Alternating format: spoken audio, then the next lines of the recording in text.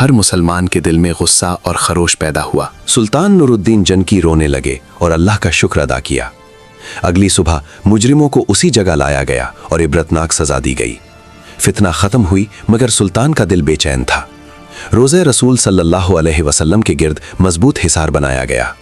शीशे की दीवार, गहरी खंदक और मजबूत धाती दीवार तामीर की गई। ये दीवार आज भी 900 साल बाद मौजूद है। तारीख में 5 मौके मिले जब दुश्मन रोज़ा तक पहुंचने की कोशिश की। कभी मिस्र के अल ज़ाहिर हाकिम भी अमरुल्लाह ने हमला किया, अल्लाह ने लश्कर तबाह किया। कभी सलीबी जंगजू रोलैंड ऑफ शातलेन ने हमला किया, नाकाम हुए।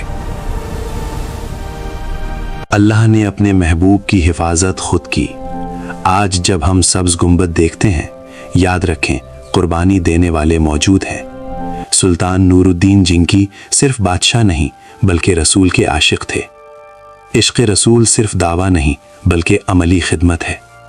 जब भी नामूस रिसालत पर ख़तरा आए, अल्लाह किसी न किसी नूरुद्दीन जिंकी को खड़ा करेगा। अगर मदीना की मोहब्बत दिल में है तो कमेंट्स में सल्लल्लाहु अलैहि वसल्लम या सुभान अल्लाह लिखें। कहानी शेयर करें ताकि आने वाली नस्लें जान सकें कि दीन की हिफाजत कैसे हुई। अल्लाह हम सबको रोज़ा रसूल सल्लल्लाहु अलैहि वसल्लम की ज़ियारत नसीब फरमाए। आमीन।